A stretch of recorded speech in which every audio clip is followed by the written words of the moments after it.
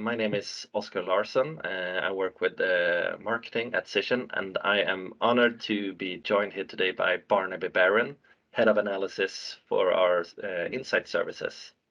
Yeah. Hi, Barron. Hey, Oscar. Hi. And hi, everyone.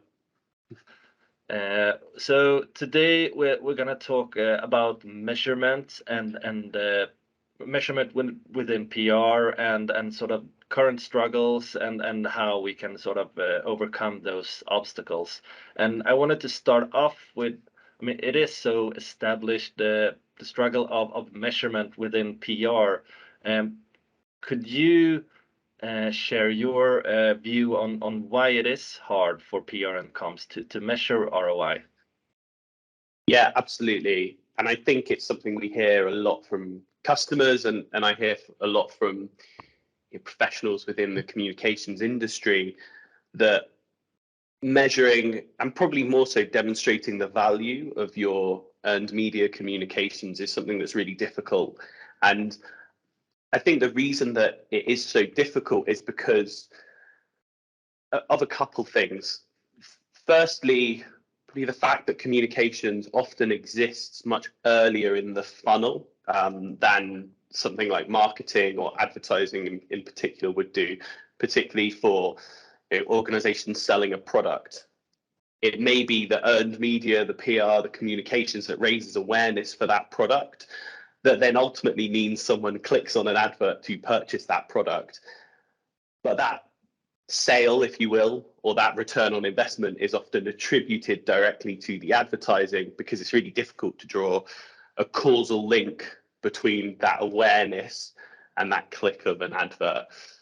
Rightly so in most cases, because I don't think anyone here thinks it would be a good idea for every organization in the world to track every behavior of online users online. That would not help me sleep at night.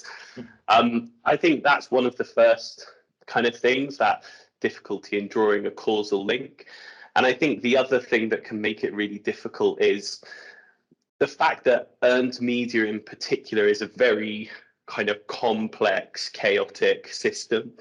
With advertising or paid media, you can distribute a bunch of advertisements over a period of time, and based on previous results, you can be relatively confident of the type of outcome that you're going to get.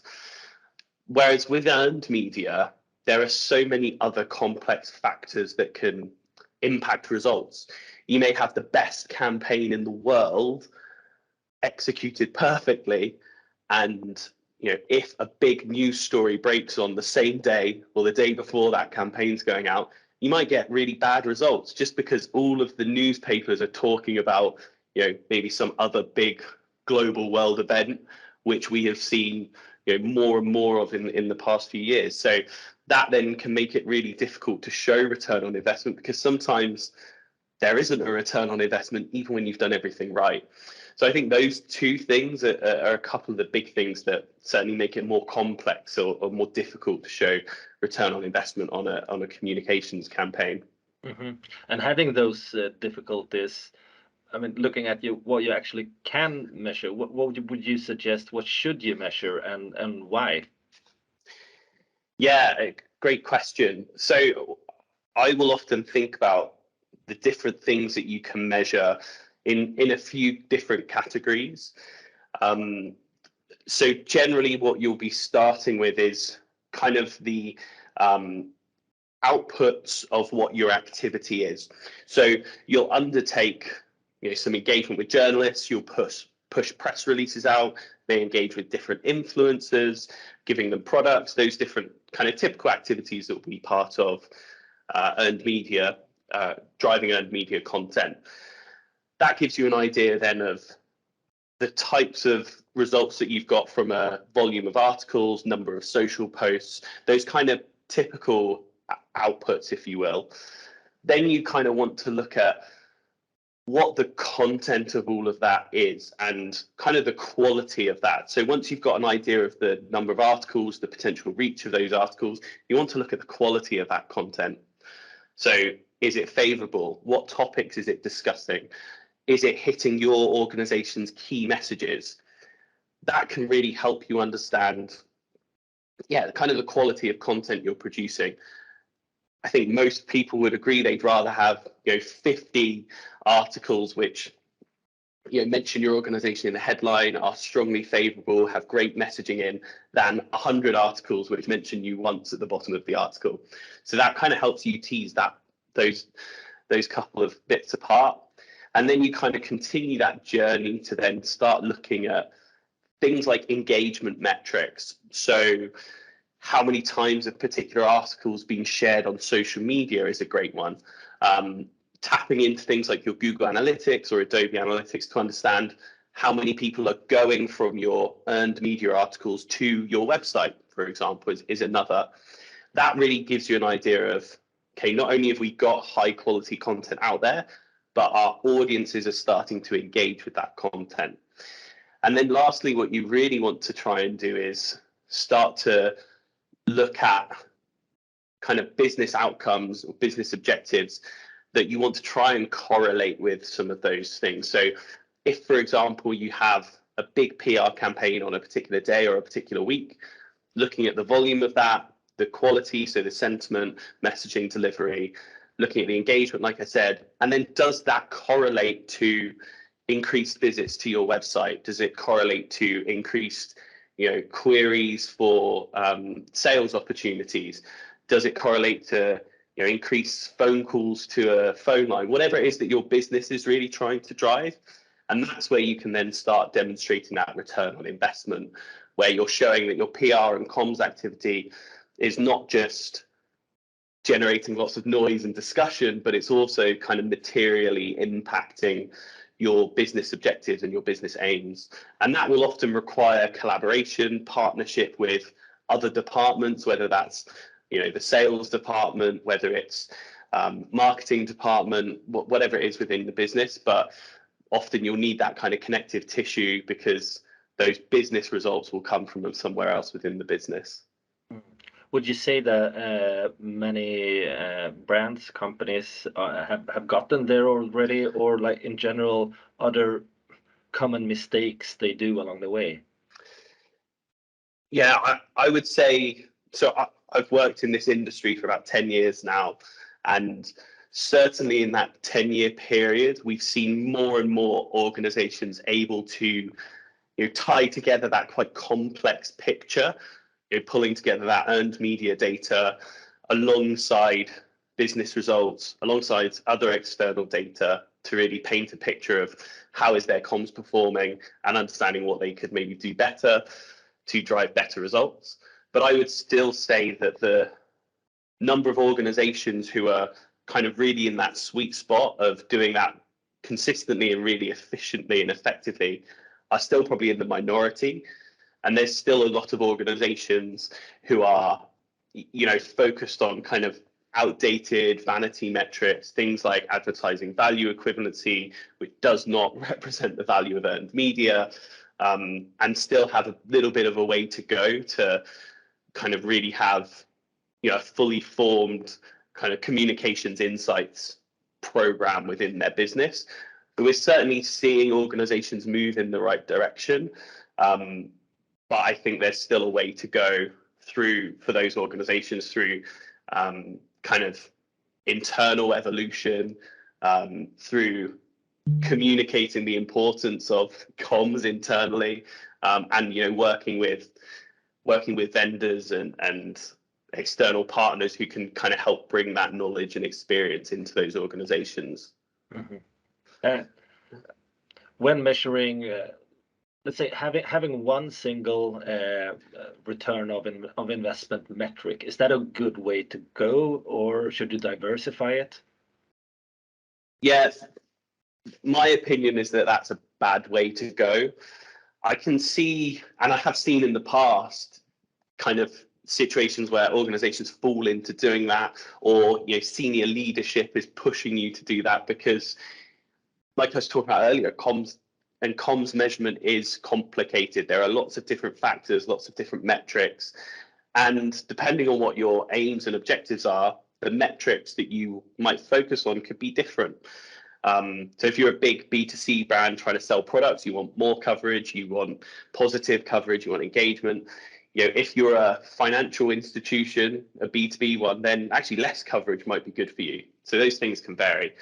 The problem with a single metric is it can be great when things are going well. If you've got a score out of 100 and you go into your board, in January and it's on 90, and then February it's 92, March it's 93, everyone's really happy. Great news, well done, keep doing what you're doing. If you go in there in April and that number out of 100 drops from 90 to 50, everyone's going to say, what's going on? What are we doing wrong? How are we going to change this? How are we going to fix it? And immediately, the first thing that you have to do to understand how you're going to fix it is unpack that number. That number out of 100 doesn't tell you whether it's, it might be that you're not getting enough coverage. It might be that you're getting enough coverage, but the quality of that coverage isn't very good. It might be that the quality of your coverage is great, but no one's engaging with it. It's in the wrong publications. It's in the wrong websites, or not where your target audiences are. And that's where those single scores, I think, really become quite tricky and quite troublesome. I've used this analogy before. I think having a single metric is kind of like flying a plane with just a sign that says, like, plane okay, everything's going well, which is great when you're on autopilot and everything is going well. But as soon as things start going wrong, if the plane just says things are going badly, then you need all of this other information to really understand, okay, what's going badly? How are we going to pivot, change our strategy so that we can get better results? Yeah, I know that you've talked a lot about actionable insights. Can you tell me a little of what you mean by that phrase and how you can use it? Yeah, I think actionable insights should really be at the corner, should be the cornerstone or be right at the center of every communications insights program. And what I really mean by actionable insights is using data and information, often on a large scale, to help understand what is going well, what isn't going so well, and then what changes you're going to make, or what things you're going to continue doing as an organization to drive even better results.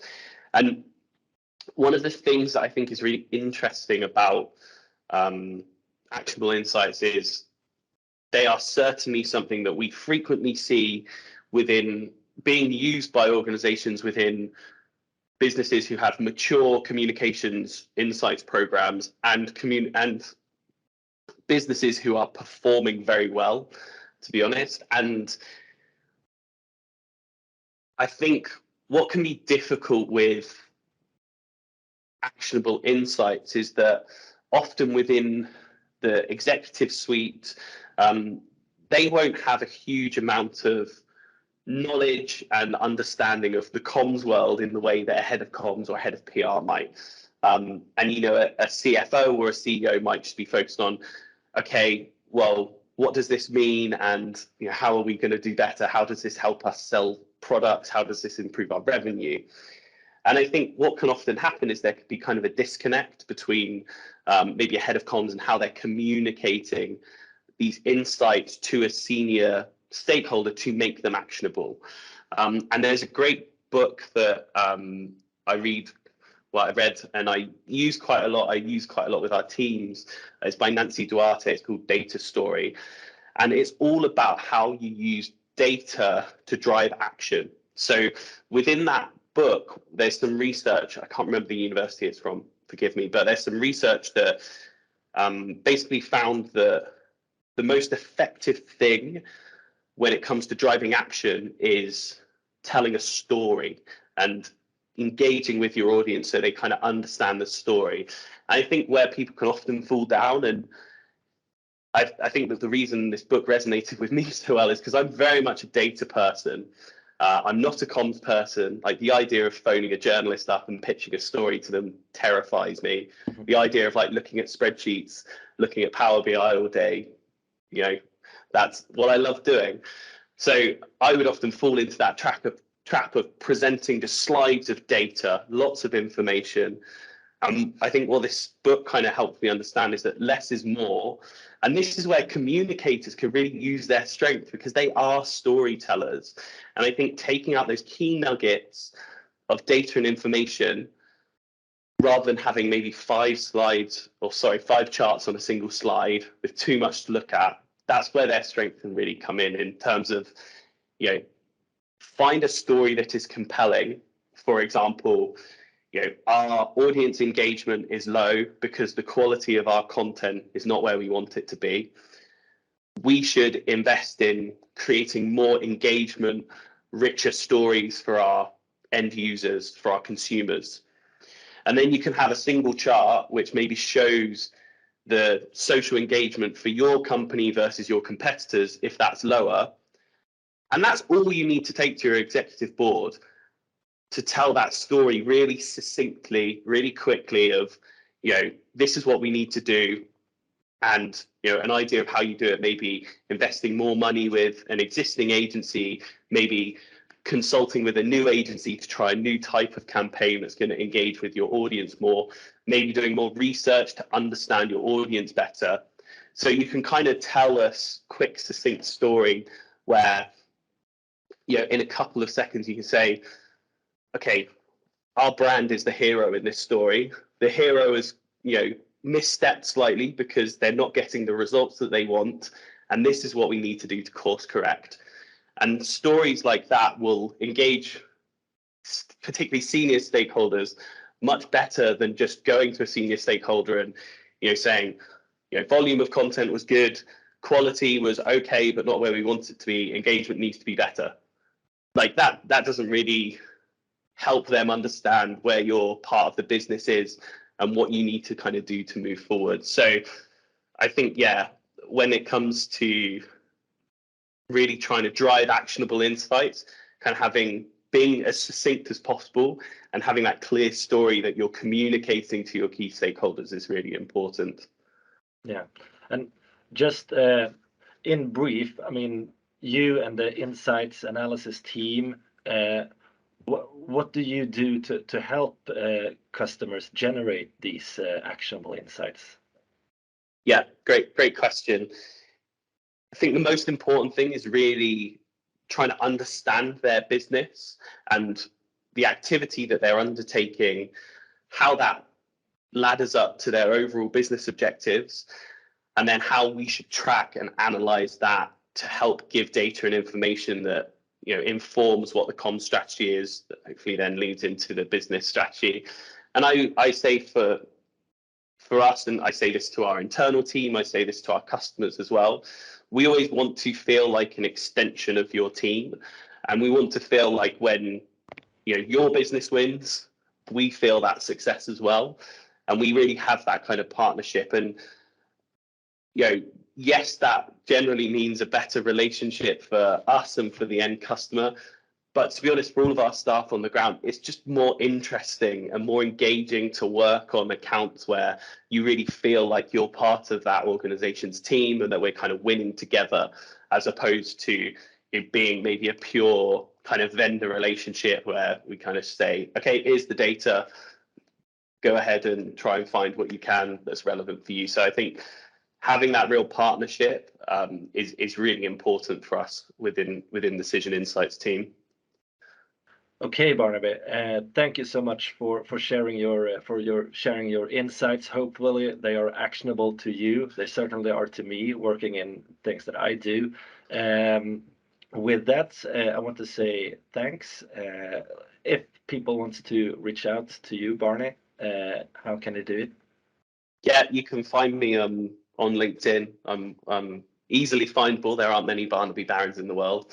Or you can email me on my Cision mail. It's just barnaby.barron@cision.com. So yeah, always happy to talk about communications insights. Even after 10 years, still very happy to talk about it with people. So yeah, feel free to reach out. Yeah, and you can reach me on oscar.larsson@cision.com. And if you are interested in finding out more about our insight services, please check out our different websites depending on where you are located. Having that said, I want to wish you a very nice day, Barney. Thanks for talking. Yeah, thanks, Oscar.